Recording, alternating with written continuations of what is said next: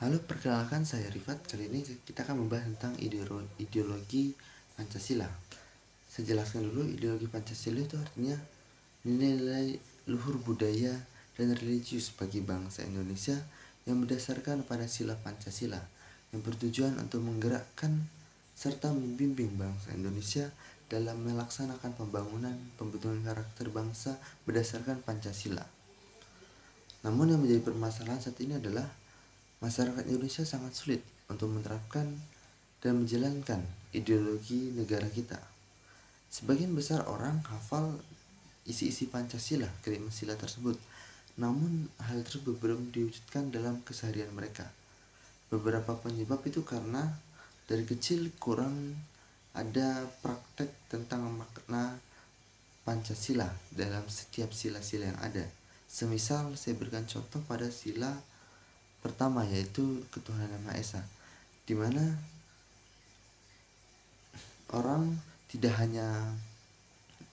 bentuknya tidak hanya menghormati antar agama, tapi juga misal ada agama lain yang sedang merayakan hari raya, kita semestinya juga ikut turut berbahagia akan hari raya yang mereka laksanakan karena kita paham akan hari raya tersebut.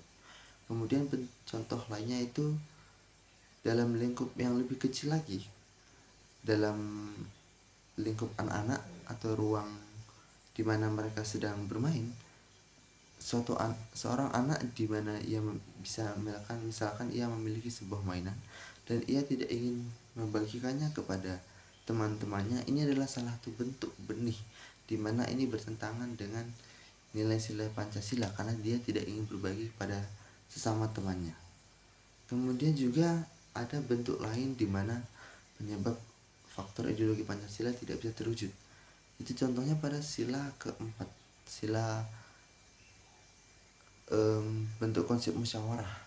Di sini adalah misalkan hanya orang tertentu saja yang terlibat dalam musyawarah, padahal semua orang dapat duduk bersama mengutarakan suaranya dalam sebuah musyawarah, entah itu dalam ruang lingkup keluarga, PRT, desa, kecamatan, ataupun lingkup lainnya yang lebih besar ataupun lingkup yang lebih kecil lagi.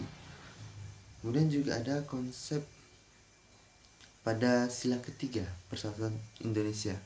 Hal ini belum terwujud maksimal karena orang-orang masih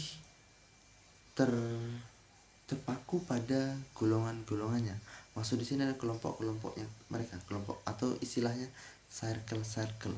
Nah, walaupun dalam kelompok mereka itu atau golongan itu mereka ada kesatuan, namun bila bersama golongan lain belum tentu kesatuan tersebut bisa tercapai. Misalkan hanya kumpulan golongan-golongan orang kaya atau kumpulan golongan-golongan orang-orang yang memiliki HP iPhone. Nah, ini salah satu bentuk faktor sehingga menghambat lajunya implementasi dari ideologi Pancasila. Saya pribadi di sini, hal ini tentu akan mengganggu kebiasaan yang muncul dari akar rumput ini. Jika dibiarkan terus-menerus akan meningkat dan menyebar sebelum hal kecil ini merambat menuju lingkup yang lebih besar, terutama dalam negara. Tentu ideologi negara tidak akan bisa dijalankan secara maksimal. Oleh karena itu saya memberikan solusi menurut pendapat saya. Itu yang pertama, contohnya bentuk penerapan sila pertama, yaitu ketuhanan Yang Maha Esa. Menurut saya kita tidak hanya saling menghormati dan toleransi, tapi kita juga perlu tahu bahwa Tuhan itu satu, sehingga kita tidak membeda-bedakan suatu agama. Yang kedua, sila kedua, kita juga perlu mengajarkan pada orang bagaimana, terutama pada anak-anak, bagaimana kita bersikap, bagaimana kita beretika. Kemudian yang ketiga, sila ketiga Persatuan Indonesia, kita perlu mengenal budaya, agama, dan suku ras apapun sehingga tidak ada prasangka. Yang keempat, bentuk musyawarah. Bentuk musyawarah terkecil yang dapat kita lakukan untuk belajar itu adalah ruang keluarga, baik itu ayah, ibu, anak saling berdiskusi di dalamnya. Dan yang terakhir, bentuk sila kelima, yaitu kita memberikan sesuatu sesuai dengan kebutuhan orang yang diperlukan. Nah, mungkin itu saja dari saya ucapkan terima kasih.